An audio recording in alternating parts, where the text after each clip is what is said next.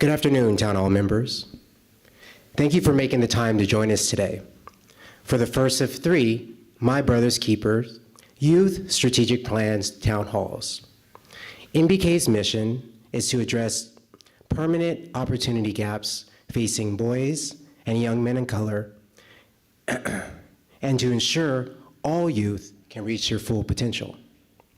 Today, we'll take a moment to reflect and share MBK youth voices at the crossroads of COVID and social uprising. As you already know, COVID-19 has impacted youth of color disproportionately.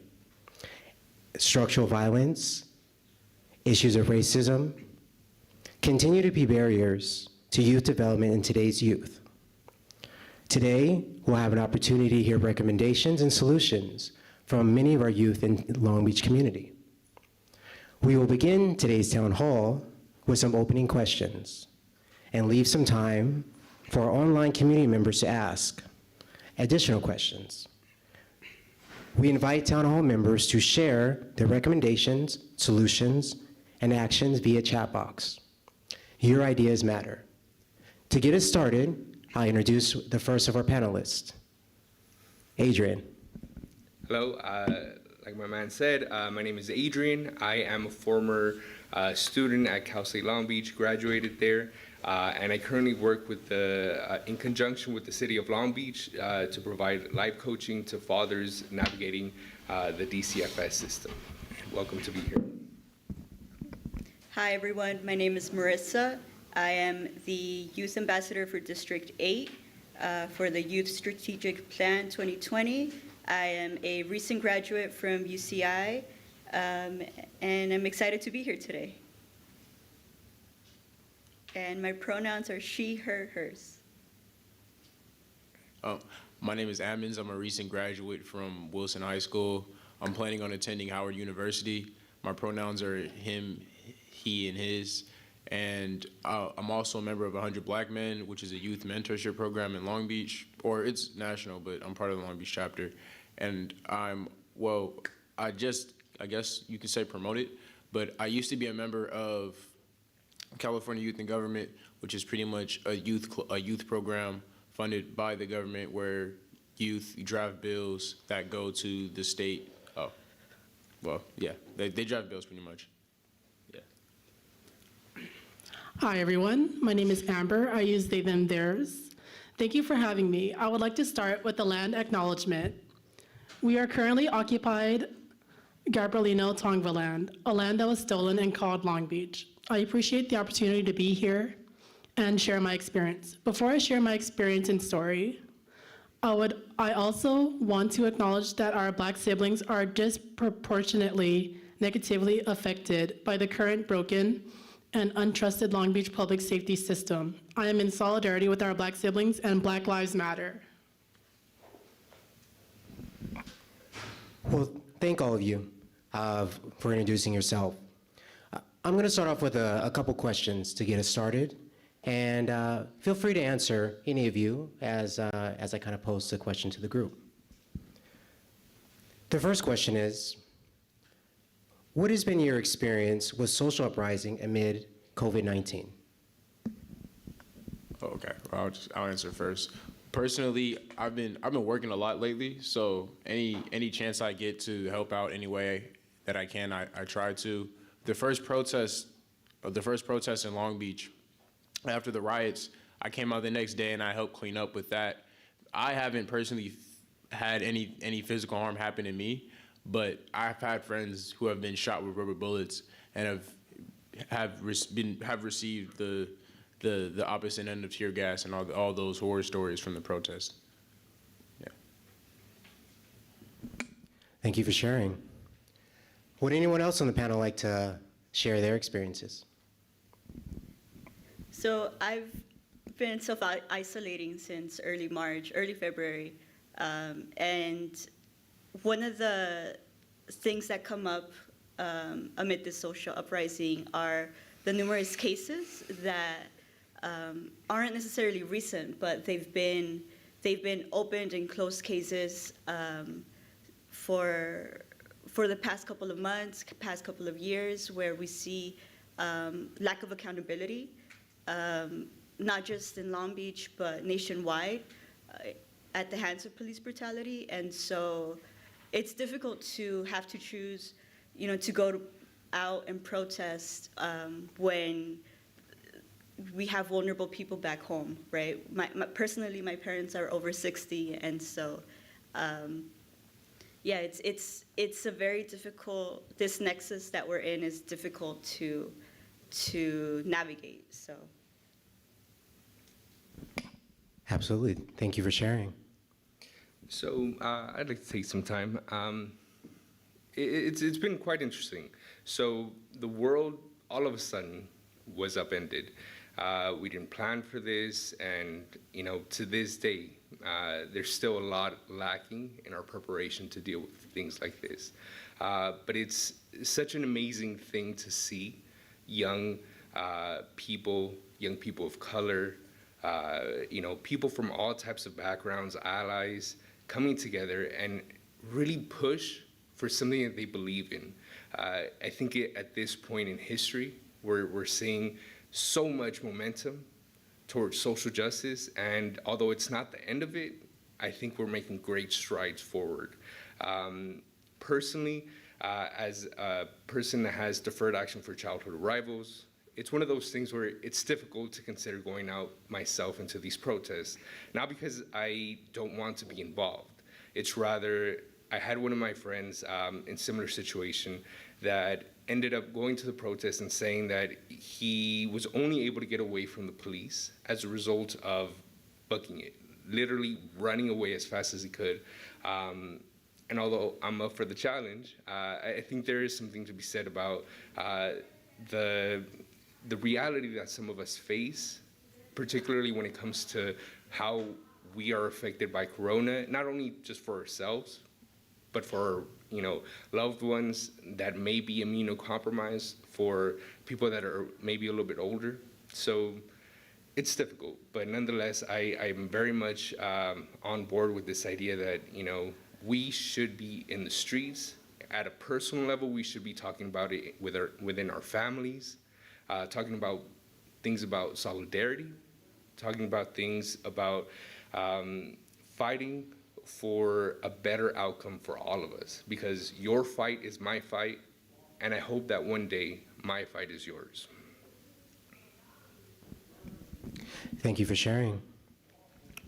As for me, trying to deal with COVID and the current events that's been going on with the Black Lives Matter movement, it's been really hard trying to adjust, because I personally like to go out a lot, so I've been tempted to go out, but then again, I hold in my temptation. I try not to dive into it, so I distract myself by doing some research about the Black Lives Movement and how you can get involved through donations, sharing stuff with your social media, and just trying to encourage everyone in your community to help out. There's lots of ways you can get involved by going to your local Black Lives Movement website and just hitting that donate button. So I think there's lots of ways everyone can get involved in this community and help spread good awareness, and what's been going on lately. Yes, and so, and thank you all for sharing. A lot of things that came up around this idea of wanting to be involved, but understanding that it can be complicated due to COVID-19 restrictions.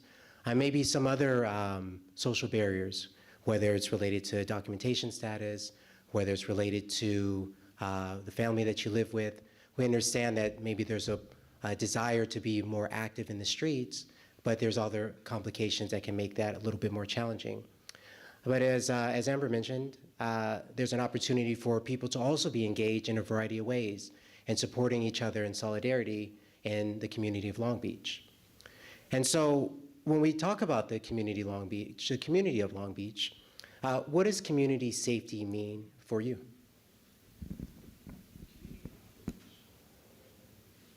Let's not jump all at once.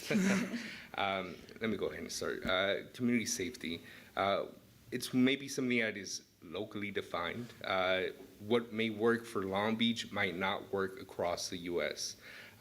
This whole idea of one size fits all doesn't necessarily work. And we see this having vast repercussions throughout the nation as, there's some states, some cities that they don't want to shut down due to COVID. Nonetheless, what does community safety mean in Long Beach? Maybe to me it means addressing the things that cause citizens to feel safe. And what I mean by that is the residents of Long Beach should be able to go out in the street without fear that they're going to be caught up in a police altercation that's going to end their life. At the end of the day, it's about living in a house where you're not feeling that you can't figure out where you're going to make rent. That promotes safety. Maybe it's about investing in parks. Maybe that's safety. Activities for our youth to be engaged in. Safety, runs the gamut between mental health services, making sure that there's de-escalation wherever possible, and like I said, for us to all have equality of opportunity. And I think that's a really important thing to focus on at this moment. And I think in addition to that, when I think about safety and, walking around at 5 a.m. or 2 a.m., these are just stark contrasts.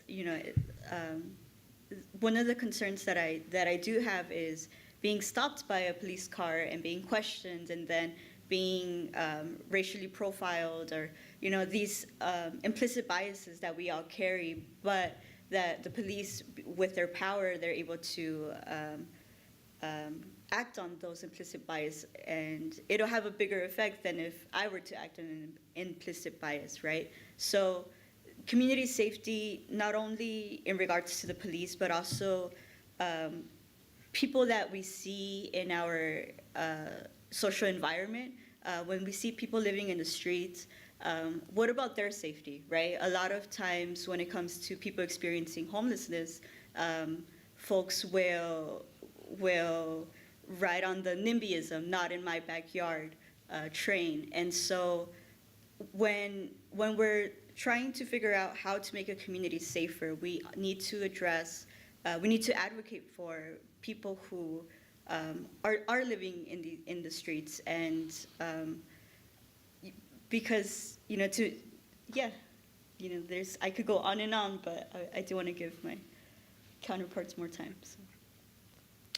To kind of piggyback off of what they said, I believe community safety is more things like this, where the community and the people have a greater communication on what it is they want Long Beach to be. Because like Adrian said earlier, different communities, different areas have different guidelines of what they want to be. And a great example of that, I would like to say, is Long Beach and LA, because even though they're neighbors, they're two very different places. And they conduct themselves, either down to the people, very differently. And I believe that as a community, we should be able to become more comfortable with our law enforcement, because I said this to my mom all the time, that I would rather call one of my homies or my family members before I dial the boys in blue. And that shouldn't, even though that's the reality that we live in, that shouldn't be the case. And I believe that there should be greater effort for the community there should be greater effort for there to be communication between the people and the ones who are supposed to serve the people. To me, there's lots of ways how you can interpret this. Like, in the city of Long Beach, we're practically known for being very inclusive and diverse. We have a very strong background, known for our international ports, such as the Port of Los Angeles and the Port of Long Beach. But what people don't know is our history, and where we've been all these years. So what I'm trying to say is, basically, to me, it means being able to work with one another regardless of race, gender identity, and sexual orientation. It also means not being profiled or stereotyped by law enforcement. Little to do no discrimination towards people of color and the LGBTQ community. And also being able to feel safe in my own neighborhood. Because, if you go down MLK Avenue, that's literally known for a bunch of shootings, the projects, and there's like some dangerous spots, you know, and I just want to be able to know if I'm able to walk home safely at night, not trying to get killed, you know. That's kind of what I want, how I imagine Long Beach to be. Well, thank you for your comments. A lot of things that were said is around inclusivity, making sure that all members of our community can feel safe. And this kind of expansive definition of community safety, where someone can go and have an open dialogue with law enforcement, but community safety also including parks, services, and other supportive activities that include all of our community members, including those that are experiencing homelessness, which often are some of our most vulnerable community members.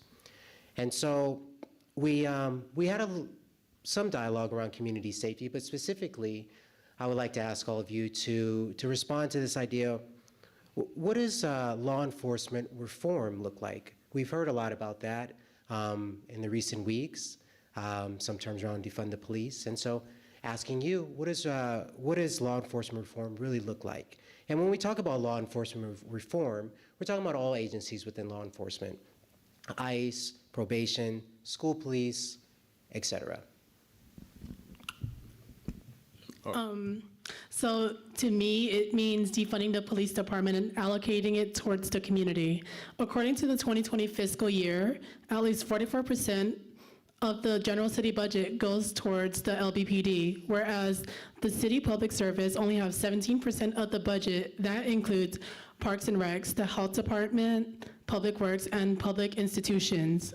I think the local law enforcement would have training in de-escalation and nonviolent communications, no rubber bullets, sensitivity training throughout the department on becoming LGBTQ inclusive. Like, for example, in different states, the law enforcement would, they would misgender trans people, you know, and call them by their birth names. So that really doesn't show literally nothing of how inclusive they are. Supposedly they are protect and serve. Clearly, that is not the point here, you know. But adding on to that, it also means stopping racial profiling on people of color, stopping the use of unnecessary force, and having body cams active at all times. Like, from what I've been told, there's been cops who manually turn it off in order to do like something much worse, you know. I believe that police reform would also look like, you kind of hit a lot of nails on the head, but I believe that it would also look like, though, like you said, allocation to other services. Like I can't say the number off the top of my head. I wish I wrote it down. But the fact that a lot of school nurses have been defunded in the LA and Long Beach County, that's insane. Like Adrian, again, like you said earlier, mental health facilities, the fact that our generation is at an all-time high for youth who have mental health problems is horrible. That's insane. That shouldn't be a statistic. And the fact that we have all of this money, these billions of dollars that we're funding police for for things that they a lot of the times they don't really need. And I believe that it should be spent on the schooling and the health department that people believe that we don't have money for, when it's proven that we have this money sitting right here and it's just being spent on things that are being wasted on. Yeah. So to answer this question, I think first we need to realize that there are structural disadvantages, and there is racism being perpetuated in the law enforcement sector, right? And as you noted, it's not just police, but it includes ICE and it includes probation programs. And so I briefly want to mention the CalGang database. I learned about it and I have my notes. I learned about it from Nithya Rahman, who's a current candidate for the LA City Council District 4. And so back to CalGang. So this was founded in 1996, and it was to track gang membership, but what it ended up doing was perpetuating the criminalization of Black and brown people, particularly young adolescent boys. And so recently there was the California State Auditor that found that this database was full of inaccuracies. And that's horrifying, because what that means is that police that label these young adolescent Black and brown men as potential gang members, this goes on some of their records, and so if they were to be charged with a crime, they receive a harsher punishment for having their name in this Cal Gang database. And so that's one of the ways that, or that's one sector, one program that we definitely need to reform, right? And another is when it comes to probation and having police officers in school. Oftentimes when it comes to, again, Black and brown young boys, it also includes young girls, but when it comes to Black and brown boys, there's a constant punitive social control that's being placed on them. They're easily being labeled as devious and out of control, and so this has to work. These implicit biases that we carry are being perpetuated on a structural basis, and so that definitely needs to change within law enforcement, because it's not enough to simply enforce a punitive approach. We need to be rehabilitative in order to then reincorporate folks into society. So that is one. I guess it's my turn. So police reform, it's a difficult one. We've been doing it, I want to say, for more than 120 years. Don't really have the exact dates nor statistics, but what I will say is that it kind of has to do with readdressing, again, what we feel about safety. Are there certain situations that require a police to be present with a gun when, for example, I was riding my bicycle near the beach, and there was a black man that was screaming at the top of his lungs, "I hate you, I hate you, I hate," and repeatedly, to the extent that, you know, people around him were getting startled, people around him were getting, you know, shaken up. I see him, and, you know, part of me just says, what would having a policeman with a gun to escalate this situation result in? Would that individual come out of this, you know, mental health breakdown alive? Should his life be taken away because he's having a particularly rough time? I don't think so. Police, I think, have a really difficult job. Putting myself in the shoes of someone that has to make split-second decisions and have to be accountable to that is really difficult, but nonetheless, that is the job. The thing is that the idea of use of force standards are, you know, you feel any type of fear and you go ahead and shoot. Again, it's about humanizing the people, not justifying or excusing their actions. It's about saying that, you know, it'd be hard-pressed to find any one of us considering everything, implicit bias, all these things in those split-second decisions where they count. But I agree fully with one of the other panelists that said that maybe it's about defunding some of the money that goes to police and reinvesting it into communities and in ways that we know have impacts, positive impacts, actual impacts on safety, on mental health, on community well-being. So yeah, it's about, you know, humanizing individuals and saying, you know what, that man that was in the streets shouting should not be in a position where he's gonna lose his life as a result of a mental health breakdown, as a result of being homeless, as a result of being poor. but it does mean, like I said, redefining the expanse that police have, because they're expected to be social workers, they're expected to be substance abuse counselors, they're expected to be domestic violence interventionists. They can't hold all those hats and still be, sane at the end of the day.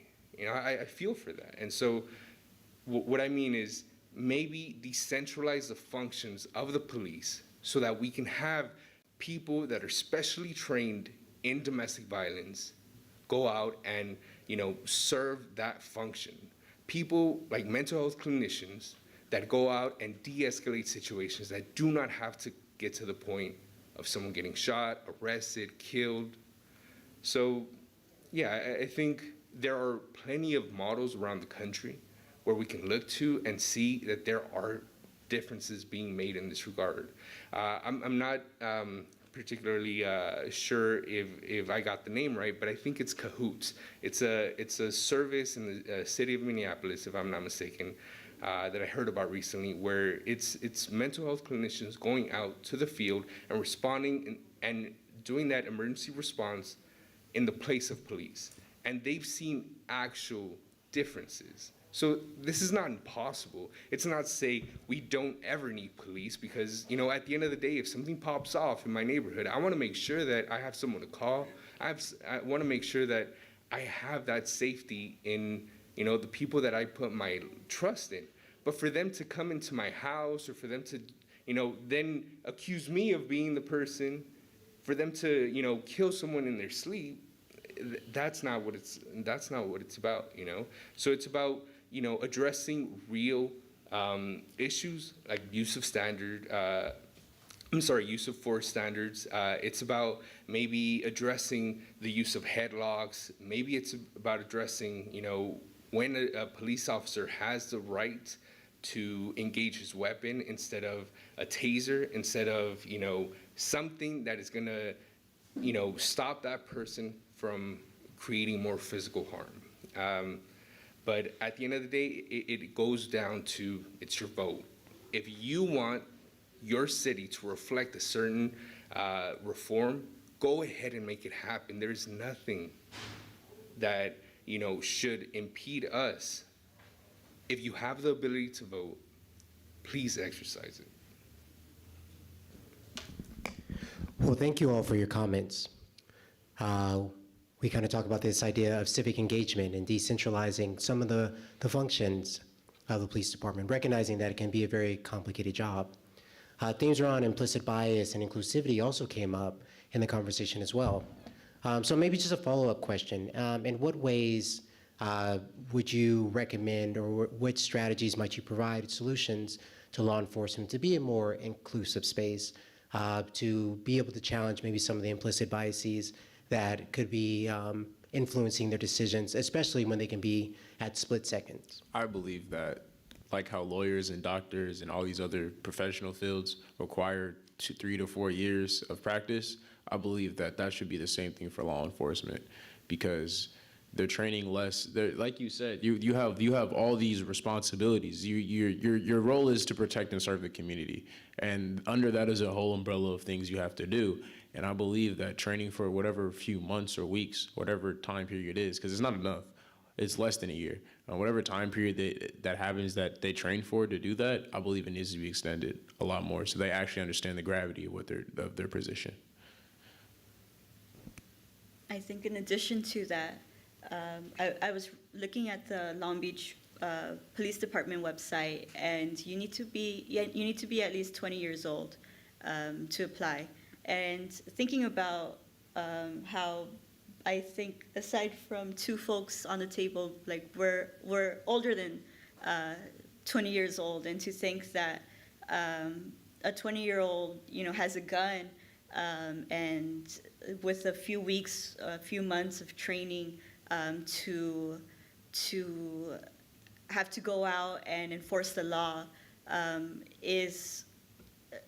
it makes sense why they would be overwhelmed. It makes sense why the police department is inundated with all of these different services that they're supposed to provide effectively. And as you mentioned, for lawyers, for example, all of the years that they take to study just whether it's constitutional law or whatnot, right? Like we definitely need more learning, more instruction for someone to be able to become a police officer. In addition to that, one of the preferred qualifications of Long Beach Police is to speak Spanish, Khmer, Tagalog. And so I would say, in my opinion, making one of those languages a requirement, because the police officers are, they're public servants. They work firsthand with the community. And so it would make sense that they're able to communicate with them effectively in Spanish, in Khmer, in Tagalog, right? If we pride ourselves as a city to be diverse and filled with all of these multicultural languages, and it's important that our police also extend their hand to be able to communicate with folks.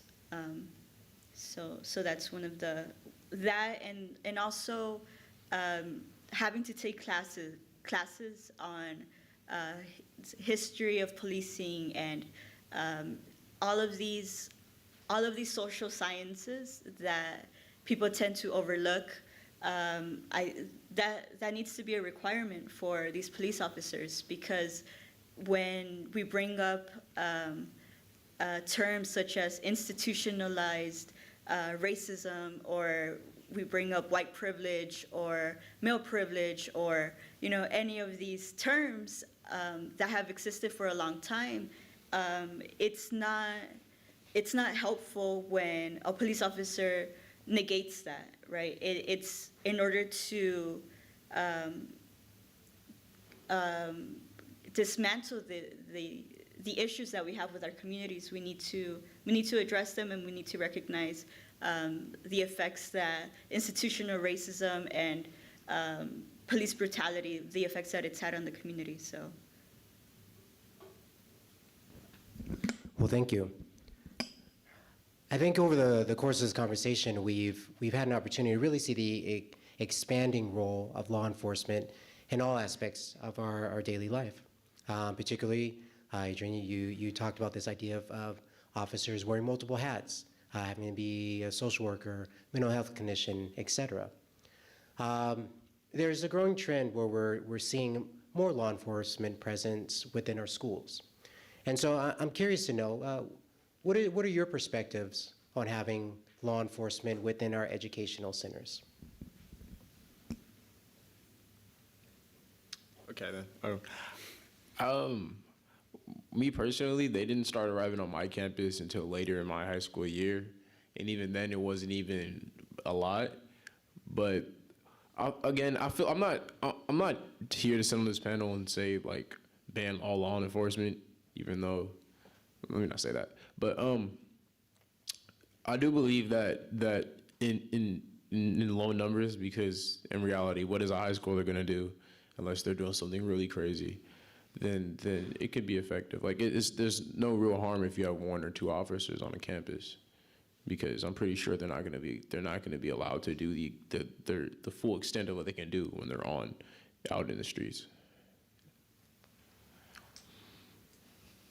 Sorry, I forgot the question. What was that? So we're looking at the expanded presence of law enforcement within schools, campuses, in our communities. I don't know. Again, going back to humanizing individuals, humanizing the students, that if they act up, if they are doing something wrong, how is it that we balance empathy while at the same time hold people accountable to just wrongdoing? At the end of the day, if you're cussing out your teacher, if you're doing something that's putting people at risk, I mean, there should be some type of consequence, right? But should that consequence be going toe-to-toe with a police officer and potentially getting arrested, and then your parents having to take, time off their jobs if they're lucky enough to have, then miss a date, have that stressful situation? I mean, maybe not. I don't see it as a need. However, I do think that presence, maybe of unarmed police officers, maybe of individuals, because I really do. I really do think there are some amazing people out there that have decided to go into the police as a way of making a difference. It's a high-risk job. I don't think you go into it wanting to shoot people. Maybe there are some people, but having officers that are culturally competent, that do speak the language of the street that they live in, or that they work in, that have backgrounds that they're similar to those that are they're there to protect and to serve. Maybe readdressing how we view cops. I remember seeing this video recently.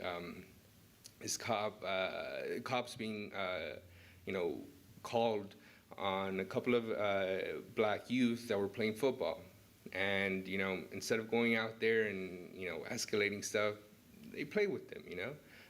Knowing that if we learn to humanize both the people that you're serving and the police that are doing the serving, again, we can come out to drastically different outcomes. And I guess I'll end that by saying, yeah, maybe police officers that are there, what is it they call them? School resource officers?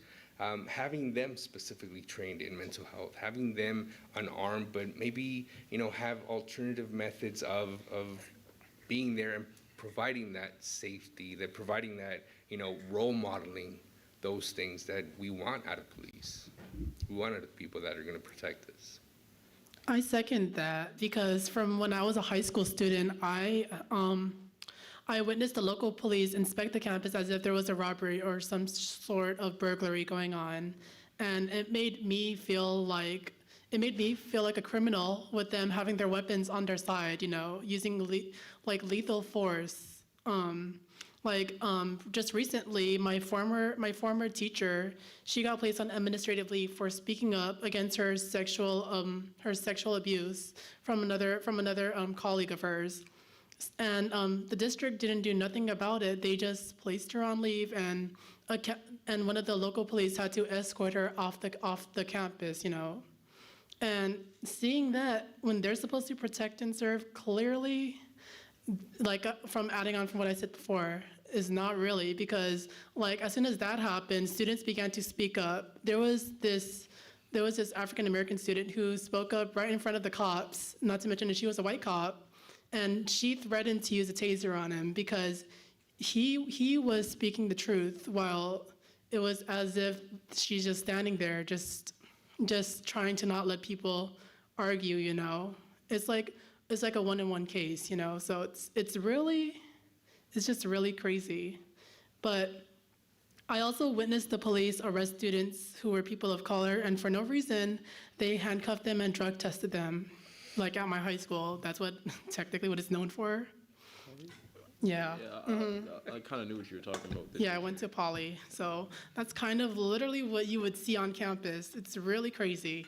But then again, the local police, they would do harsh tactics to scare students, and the district always deny it or drop the cases. And they wouldn't even give students their Miranda rights, let alone. So they wouldn't even give them a reason why they're arrested for, and they would either just be suspended or expelled. That's what I would witness. So there was lack of accountability. Yeah. So is this what you wanted to see in the school district? I believe not, because no one is taking charge for it. No one's speaking up. The district is just sitting there and letting it happen until we as a collective actually do something about it. So there's this continual pattern of criminalizing young high schoolers, people that are barely learning how to drive, can't even vote yet. They're young adults, emerging adults, and so to treat them punitively, that's not helping them become better members of society. And as he was pointing out, police officers carrying these multiple hats, it's not an effective way to teach young adults how to become better. And so by defunding police in order to one method would be defunding police to then divert those resources to mental health professionals and interventionalists that know what they're doing. That would leave so many profound positive effects. Yeah, and fully agree. This idea that there's a serious lack of accountability for the decisions of a state, perpetrators of violence at the end of the day. If we want to talk about it in real terms, how is it that, you can be engaging in your civic right to protest, and whether that's at school, whether out in the streets, and then get pushed around, shoved by these people that are essentially there to protect, right? So this idea that police unions fight tooth and nail against any type of reform for the police. I think that has to be changed, and it goes into schools. It goes into addressing the school to prison pipeline. I mean, it has very, very vast repercussions. Talking about at the age of 17, 16. I mean, look, honestly, as early as 12 years old, we're making mistakes. As early as 10. I mean, since we're born at that fact. Why is it that at such a short age we should be 10 years down the line affected economically, socially by the decisions that we made when we were young? That's not right. That is not right. And for police to be in a position to just make these decisions without being held accountable, just like you and I would be held accountable, that I think is a great issue that we have to address for sure. Absolutely. Many of you kind of talked about this idea of the early criminalization of our youth being on campus. And then there's a huge component around brain development that could also impact how decisions are made at a very young age. And so not really understanding maybe the long-term consequences of their actions. Just to let you know, you're on our social media pages, you're getting a lot of comments that are really, you're kind of sparked a lot of dialogue online. And so I do want to remind our audience who's watching us from home or from work to please feel free to put any questions that you have in the comments section. Something that you want to ask the youth directly. As many of you have kind of identified, these are our future leaders, and so this is a great opportunity to ask them questions of how they would envision a safer Long Beach. So just want to transition a little bit. We talked a lot about law enforcement, but we're looking at this kind of dual nature of the very complicated times that we live in. And so going back to COVID-19, how are all of you adjusting in your personal lives to school, to work, and life in general as a result of COVID-19 and our general social uprisings? Well, me personally, I just did a lot of for school, the transition from being on campus to being online was a little strange at first, but after about that, I would say maybe that first week or so, you kind of got used to it, at least personally. And in terms of work, since I work at Five Guys, since it's food, it counts as like an essential work. I've been working a lot more, and I've been getting that hero pay because of that. So that's been that's been a nice little bonus. No one's gonna complain about more money. So yeah, that's been a nice little bonus. But honestly, the transition from just not going out all the time, or not going out into society and seeing whoever you want to see whenever, or just the small things too. It's kind of strange. Like even earlier today, like we didn't really shake hands. We elbow bumped because it's COVID-19. Everyone in here still has masks on that aren't on the panel. So it's just things that you have to get comfortable with. Yeah. Well, I agree with you. So, like, as for me, I'm a student at Cal State Long Beach, and how we're doing this is, like, at first, like before COVID, we would, go to our normal courses, like in person in the buildings. Whereas now everything is online. We do it through Zoom, but it would still be the exact same amount of work that we would do online. It's just differently, like using a lockdown browser for quizzes and exams and final exams, so making it a lot harder for us to cheat. I'm just saying. I'm just saying. But also, in a recent email we've got from our school president, we've gotten an email saying that we're going to start our fall semester online now, and we won't go back most likely until COVID's apprehended. And who knows how long that'll take. But then again, I'm just slowly adapting to it, just trying to make a living, at least as a student. Because as of now, I don't work. I'm just out looking for gigs, just trying to survive and help support my family in every way I can.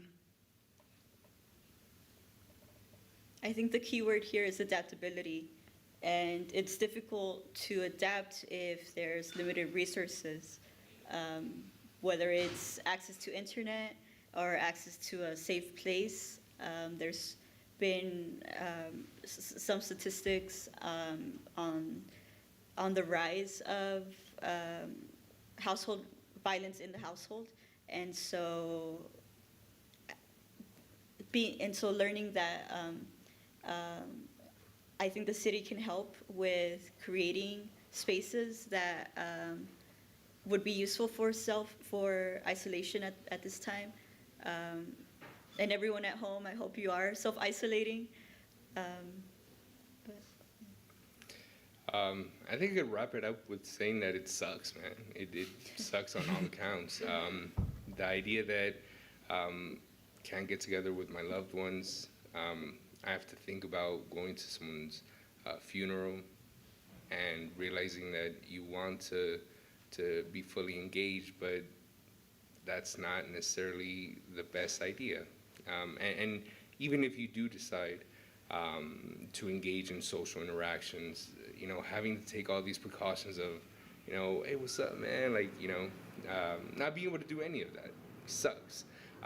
But I think that, at least for me, I count my blessings and know that I have a full-time job, which I can't say everyone has at this moment. So for sure, wherever there's employment services, wherever there's resources to get connected to, for sure, let's advocate for those kind of things. Wherever there's housing for people that, homeless are one of the most hit by this. People in jails are one of the most hit by this. People that, live in, multiple family households. That, those things are, to me, it's an inconvenience.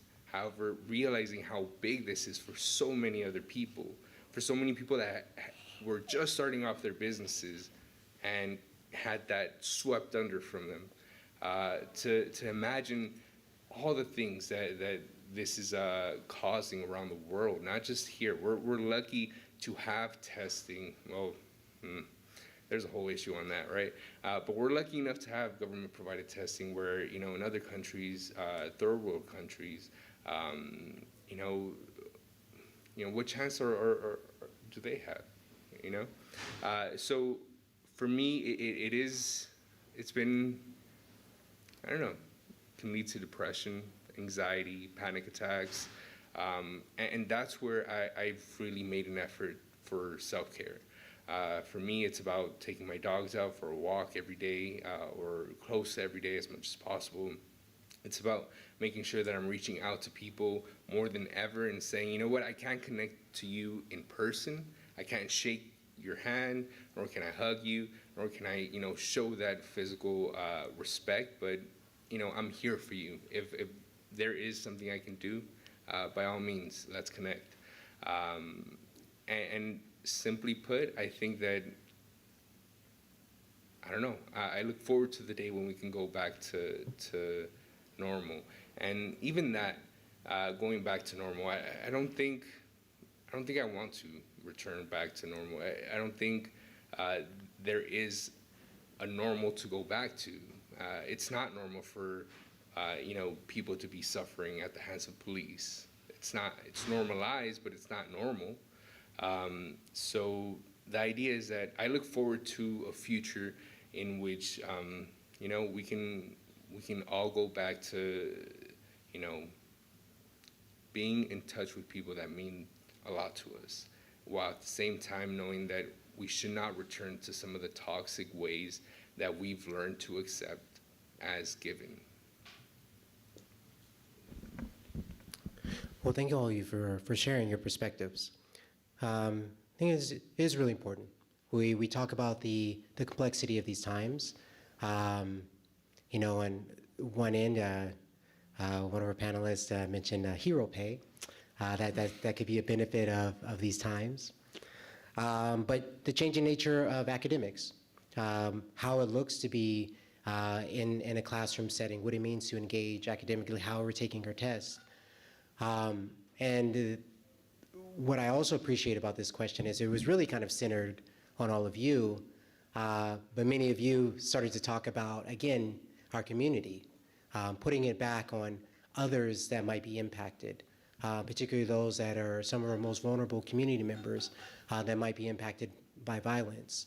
And also maybe looking at this opportunity to have something different, what our new normal might be, coming back where maybe we can have a communities where the toxicity that we do see is no longer there, and we can have new, safer spaces that we hope to accomplish. So when we talk about this historical time, all of you are part of this in a very crucial way.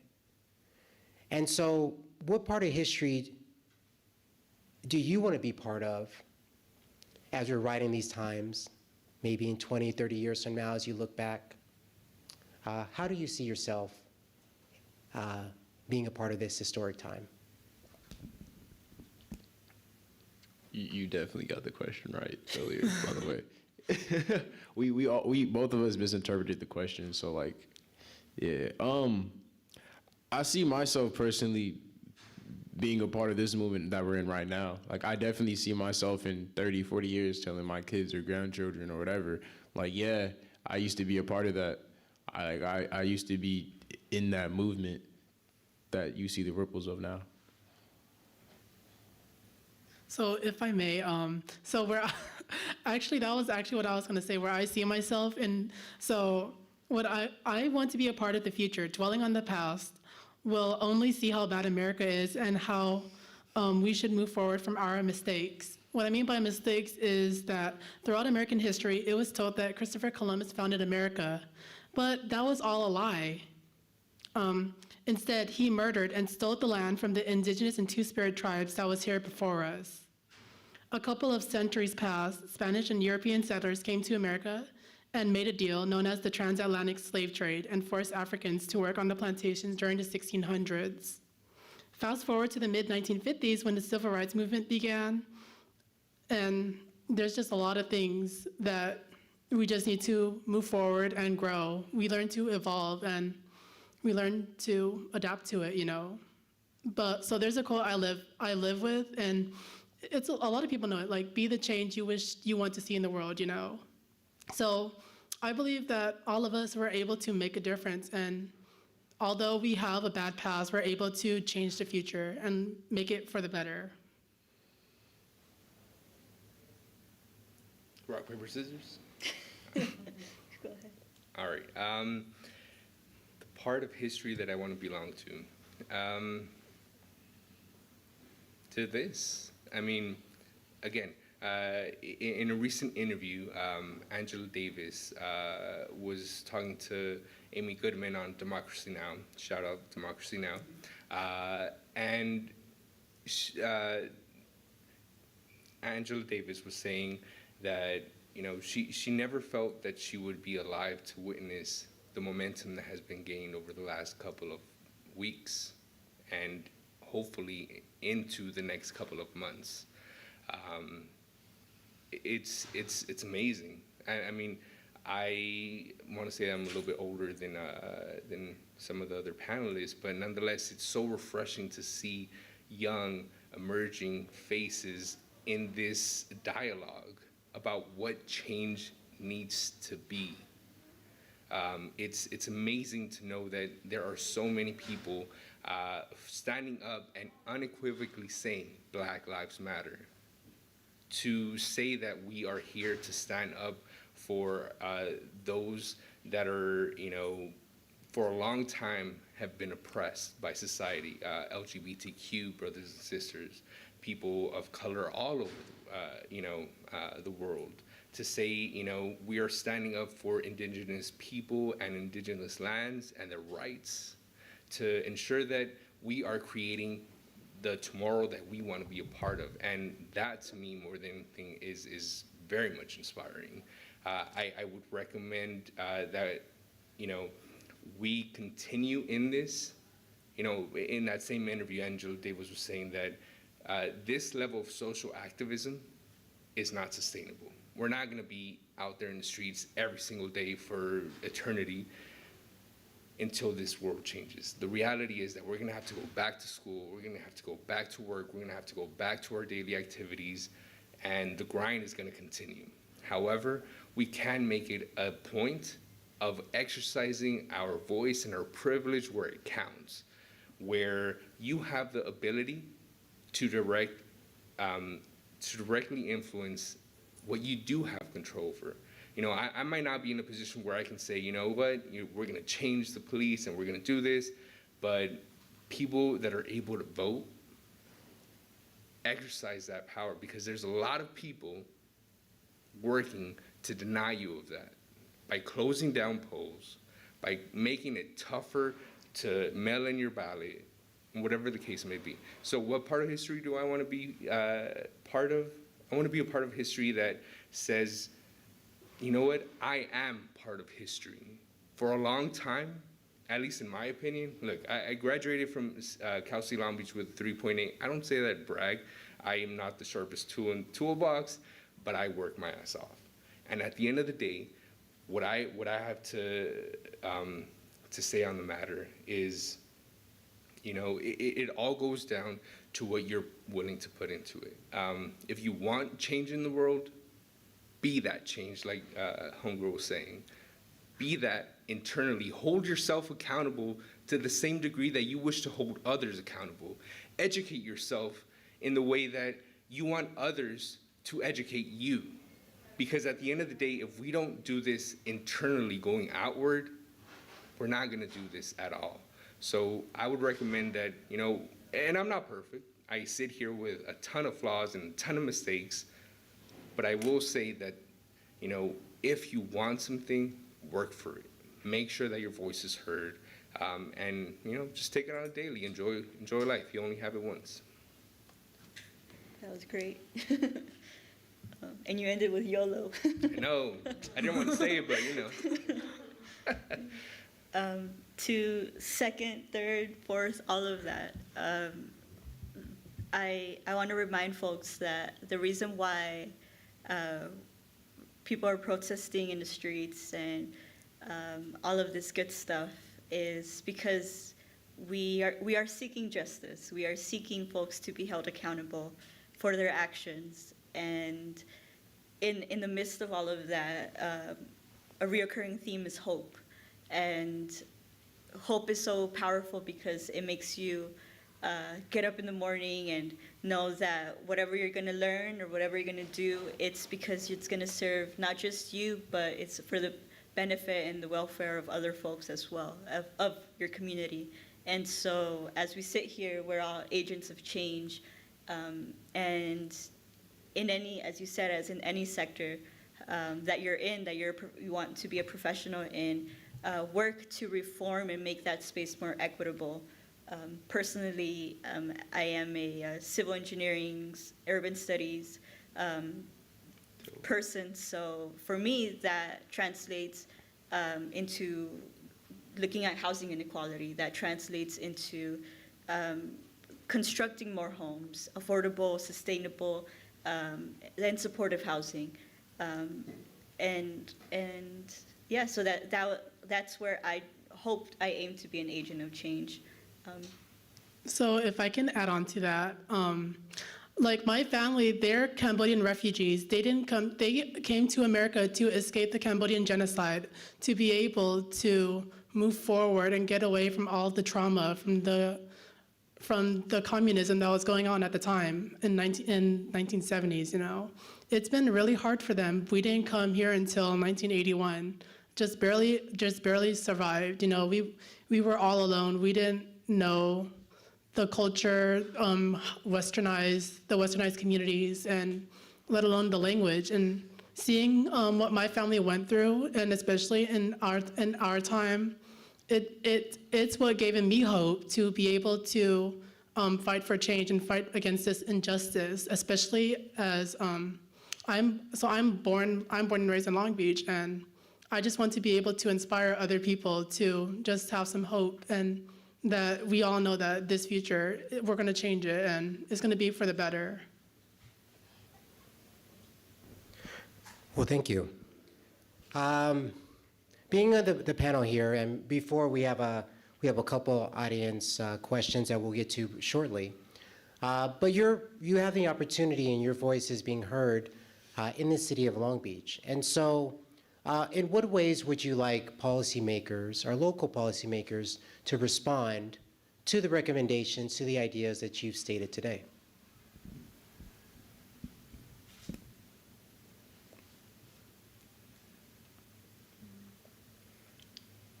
Five words, just be willing to listen. I think that's 5 words. Yeah, I mean, listen.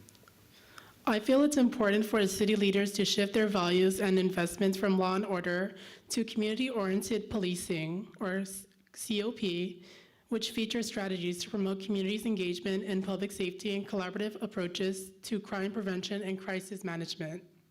I want to see my neighbors talk out their differences and not call the police for every little dispute. I want to see community peacekeepers reduce conflict between neighborhoods. I want to see the health department, parks and recs, and workforce development fully funded and all people supported with resources they need to achieve their own goals and dreams. This is doable. I ask all city leadership to vote in or set up a ballot measure for a moratorium on all budget cuts to the health departments and recs and workforce development for the next 10 years. Then vote in a 5-year plan to reduce the reliance of policing and redistribute the funds from the police into the health department, parks and recs, and the workforce development. It is time for our city leaders to be bold and stop letting the Long Beach Police Officers Association bully them into inflating police priorities and funding. The city leadership needs to work for us, not the police. Honestly, I would just like for city leaders to listen to what's been said here, and not just here, but other areas throughout the community, and just try to make Long Beach the best place it can be. And yeah, because I know for a fact that people love Long Beach. Like when I went out to do that cleanup after the protest, the love throughout downtown Long Beach that day, the camaraderie, there we go, the camaraderie, and just the overall just patriotism for the city is just, that's what Long Beach is, and the city leaders is just, we just got to keep that. We just got to keep that love in the city.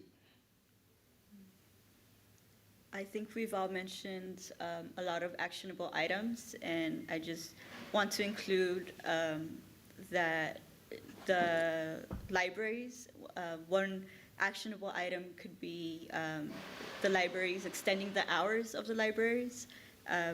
I go to Michelle Obama Library, and every weekend, every Friday, it's filled with people, and that's so beautiful to me to see.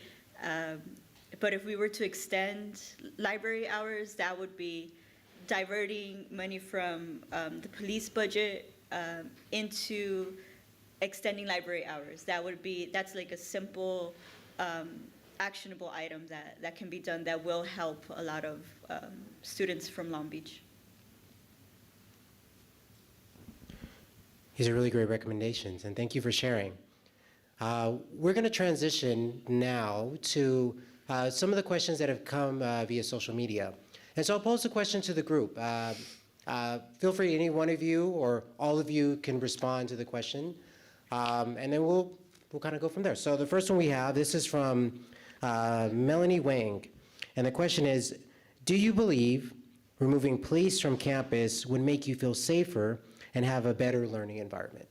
Oh, for sure, because if we don't have police on campus, it would make us feel like a community instead of having it feel like a prison. Because with the police there, it makes it harder for us students to not be afraid on campus and to be able to focus our education on our schoolwork and not towards them. I feel like it's taking away the attention that we need to focus on and more towards our career and not towards the police. But that's just my opinion. What did you call them earlier? The safety and wellness officers, I think? School resource officers, there we go. I believe that in terms of that's helpful versus just straight police officers roaming around on campus doing whatever it is that they do. I believe that, yeah. I believe that officers attune more to actual students who don't have firearms and who are taught how to deal with kids, not 20, 30-some-year-old people running around the streets. I feel like that would be a lot more effective. Yeah, I think if you have a 15-year-old, a 14-year-old, right, when they're a freshman, coming in and they display problematic behavior, instead of punitive approaches, we need to be rehabilitative and be culturally conscious, and one of the reasons why police are not, as mentioned before, one of the reasons why police presence makes the schools feel unsafe is because they're constantly criminalizing these young students. And so having them be culturally conscious would go a long way. Having mental health professionals that students can speak to, particularly during a climate where we have a lot of people experiencing anxiety and depression and isolation, having these professionals to reach out to would make a difference. I don't know. I never was in school and thought, damn, that's a police officer. I can't do my work, or I can't, I mean, here coming from a person I used to ditch and used to, get into all sorts of things. Maybe I'm not necessarily proud of some of the stuff that I've done, but again, I don't see police officers as, I don't know, it's a difficult one. At the end of the day, armed officers do not have a place, I think, in public schools. We have security there for a reason. We want to beef up security in a way that's, not metal detectors and you going to essentially prison trying to get to class. And yeah, I'm not necessarily advocating for that either. But again, to redress the way that, police are seen, I think that, part of it is just exposure. And again, that exposure can lead to, them criminalizing behavior that shouldn't be criminalized. So again, it goes back to, the issues that we were talking about here, that it's not an easy thing to say, rid police officers from existing. And it's not to say that, yeah, I don't know, it's complicated, man. So we have another question from our community. This one comes from Michael Lozano. So the question reads, to the youth, what is your ideal vision for how communities and youth should be policed in Long Beach, if at all?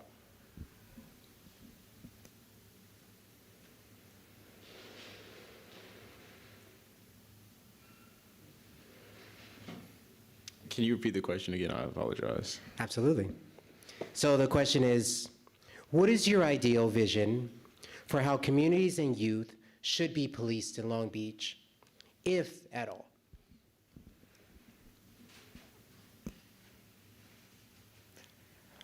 I believe that like Adrian says, you have to humanize the position. When you're policing somebody, you can't come at them as if they're a criminal. Actually, let me scoot up for this real quick.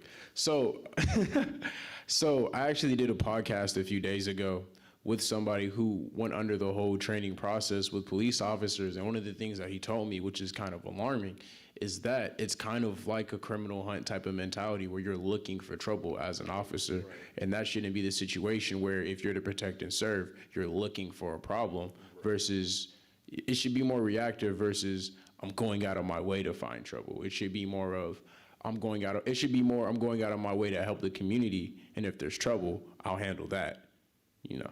But I feel like that should be the emphasis. It should be to serve the. I feel there should be more emphasis on the serving part of the community versus the protecting part, because at the moment they're not doing very well. Yeah. I think in addition to that, when we're talking about the youth being policed, we direct the attention towards the youth as if they're the ones being problematic, as if they're the dangerous people. And I think we need to switch, I think we need to critically analyze that narrative, and as you said, focused on how in police training, having to acquire that criminal mindset or criminal hunting mindset, that's where we need to direct our attention to, because the youth in Long Beach are no different, are no better, are no worse than the youth in other cities, right? There's nothing in the water, right? We're not more deviant or more whatever, right? But the difference when we look at statistical results is how are the police officers who are professionals, how are they countering a situation? Are they de-escalating or escalating? Are they, I think the perspective needs to shift towards what are the police being trained to do, so. I mean, I think the hot button word for me here would be, again, readdressing what we think about policing.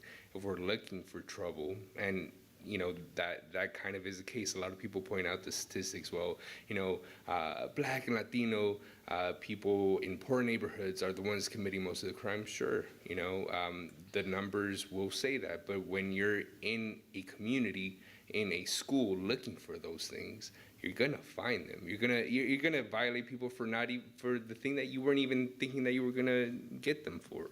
This whole idea is to me wrong. You know, it's better put. It's like, how is it that we can be a resource to individuals that are being served by police officers? You know, like my man said here, exactly that. It's like, instead of servicing a community, you're gun-ho about the idea that protection is putting an end through force of anything that you know got escalated, but doesn't need to be further escalated. You know, I once heard this idea that you can't enforce safety through violence, and I want to repeat that because it's really important. You can't enforce safety through violence. So if we were to, if police officers were to feel maybe empathetic to the people that they're serving, knowing that if they get arrested, again, school to prison pipeline, that decreases that person's ability to get a job. It decreases over the lifespan their ability to earn and accumulate wealth, to buy property, and to pass that down through the generations. I mean, we're talking about real intergenerational consequences of the decisions made by policing, by looking for something to be wrong. And that's where it's like, well, if it was your kid, you would want that child to be accountable, right? But at the same time, would you put them so much in a hole that they can't dig themselves out? You know, it's all about empathy. It's all about humanizing needs. Like you said, my whole thing going to grad school is neuroscience. I love the topic. So the idea that we're, again, castigating individuals at the age of 15, 16, 17, and having them suffer consequences for the actions that their brain, where the prefrontal cortex, where we regulate ourselves, where we say, yeah, you know what, maybe that's not such a good idea. That is not necessarily fully developed in women until about the age of 25, 26. I've even heard 28 for males because, you know, we're a bit slower, I guess. But yeah, the idea is, you know, why is it that I have to suffer the consequences for what my young self did? Because we all can look back into our past and know that there was one decision, one moment that we wish we could take back, but we can't. And for us to have long-lasting consequences as a result doesn't make sense. Well, thank you. I think it was always really important to kind of bring it back to neuroscience, brain development, when we're having these conversations. Because with the whole context when we're creating policy and looking at ideas, it's, well, who is a person today that we're talking about with our youth, and who they will be or who they can be 10 years from now. And if we maybe eliminate or cut off opportunities for them, that can have a drastic impact. Talk about creation of wealth and other consequences that can cause in the lives of the young people who are our leaders and our future leaders in our community. I'm going to ask you another question, and this came from the audience as well. This is from Tanya Reyes Uranga. What number one thing can we do today to make all of you feel safe? Safe in terms of what? Was this an officer who's asking this? This is from a community member. Okay, yeah, that's what I'm saying. Yeah, so it could be. Yeah, safe in terms of what is what I'm saying. Great question. So we'll answer that maybe in a general capacities, right? So we talk about keep creating safe communities. And so if there's one thing that you can pinpoint, maybe it's from law enforcement, maybe it's from other community leaders, from anyone who lives in the city of Long Beach, because this is really youth focused. So if you could give the rest of the community the feedback and say, well, this is one or two things that you could do that would help us feel safer today. This isn't necessarily a safe thing, but I do feel like it's a respect thing that happens a lot. Like crossing the street whenever you see someone who's African American, or I'm supposed to look over here. Crossing the street whenever you see someone that's African American, that's a little rude. It's a little hurtful, you know. And it happens more often than people would like to think, you know. So I feel like that's something that should definitely be, I don't want to say addressed, but that should definitely be like checked among your peers. Like, hey, bro. And not even just African American. That happens among different communities in general. Just when you see somebody who doesn't look like you or whatever, like just treat them with respect. And I feel like that's something that should just be emphasized in general. And yeah. So I'd like to say, speaking out and coming forward, I would like to say, I myself as a trans queer person, I'd like to not be stereotyped or profiled simply for me presenting myself as androgynous, you know, and not being called for, oh, you were born like this, yet you present like this, you know. It's that idea of misgendering us, and it leads to transphobia and homophobia. Like throughout the nation, there's been at least 40 plus murders in the United States for trans person just living their lives, you know, let alone people of color like Breonna Taylor who died in her sleep because of the cops, you know. So that's just one example that we need to go by. So what I want to say to the community is just be mindful, you know, and just respect others. I think that should be the golden rule, you know, respect others the way you want to be treated. And to piggyback off of what you said too, I know a lot of trans women have been getting kidnapped at like these Black Lives Matter protests, which is also something that's been like being protested about in like the whole Black Trans Lives Matter thing. That's a result of Black trans being kidnapped and stuff like that, and no one really speaking up about it. So I definitely hear you on that. Wear your masks, number one, when you're going outside. But in respect to people's livelihoods, to feel safe or safety, if you're feeling prejudice, if you're feeling as if the existence of some other person is not valid, or if you're feeling like you disagree with someone presenting themselves a particular way, or the skin color of someone makes you feel uncomfortable, learn from it. You know, we've grown up to be racist. We've grown up to be heteronormative, et cetera, et cetera. And one of the things that we can do personally as a cisgender heterosexual woman, one of the things that I do is learn from people that are different from myself. And it's important to know that the racist things that we learned, they can be unlearned. And so there's a lot of unlearning that needs to take place. And of course it's gonna be uneasy, and no one wants to feel as if they're in the wrong. No one wants to say out loud that they're prejudiced. But we all have our bias, and we constantly need to check those biases in order to understand that there are people that have always existed whose narratives we don't know because they're underrepresented, or because they don't have a seat at the table.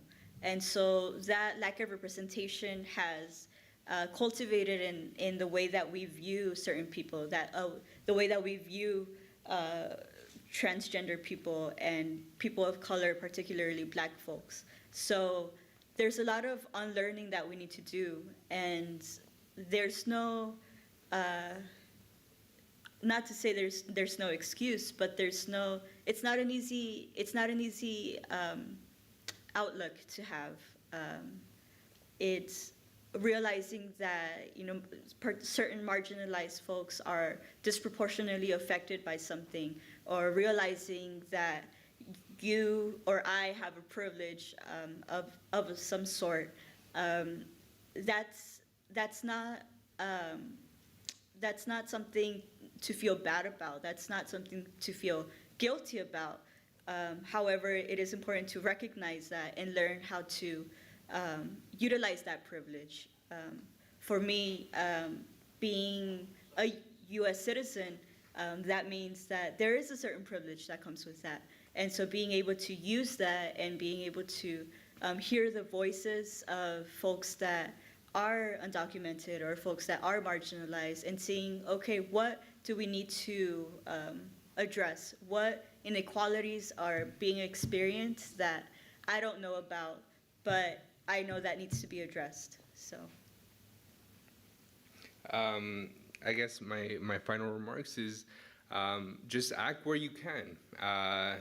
If you have and hold a certain privilege status, go ahead and exercise it on the behalf of those that don't have such access.